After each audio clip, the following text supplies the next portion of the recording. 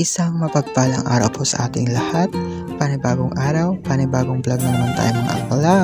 So for today's vlog is gagawa po tayo ng float para sa darating na Harvest Festival na taon-taon nga namang ginagawa o dinaraos ng aming bayan ng Sual.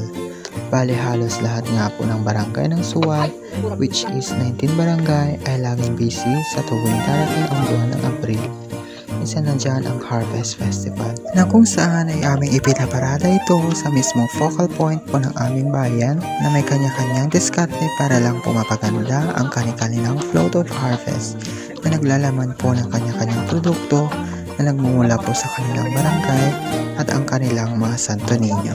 Mabalik po tayo sa aming ginagawang float.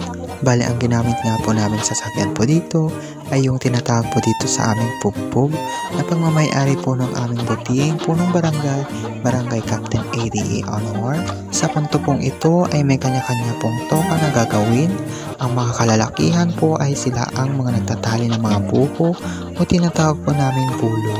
At ang mga kababaihan naman po ay busy sa pag-aayos ng mga gagamitin sa pagdedekorasyon. Kami po ay tulong-tulong sa paggawa nito kasama ang aming barangay officials po ng aming barangay, which is Barangay Captain at ang kanyang mga barangay kagawads, BEC, CVOs, SC Councils at ang mga residente na din po ng aming mahal na barangay Kalumpuyan. Inabot po pala kami dito ng 3 araw para mabuo ito. Sa pangatlong araw na nga po kami naglagay ng mga sari-saring prutas, gulay, palay at produkto kasama ang aming mahal na Senyor Salvador Del Mundo.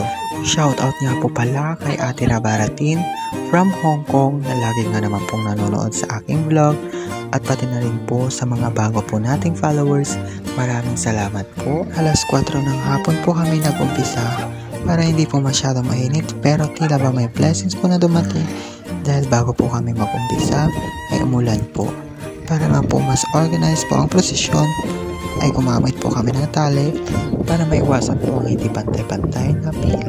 At pag sa kasuotan naman po, ang mga barangay officials po ay naka-red at ang mga CBOs po ay naka-blue dahil yun po ang kanilang mga uniform, samantala ang mga gusto pong lumipot na residente po ng aming barangay Kalumpuyan ay puti po para mas maganda po tignan. Kaya kung napapanood mo po ang video na ito, paki-comment naman po kung taga-saan po kayo para malaman ko na din po kung saan nakarating ang aking video na ito.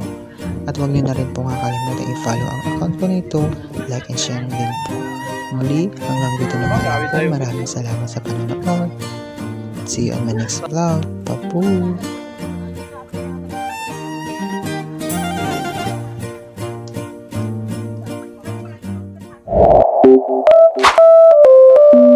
Thank you.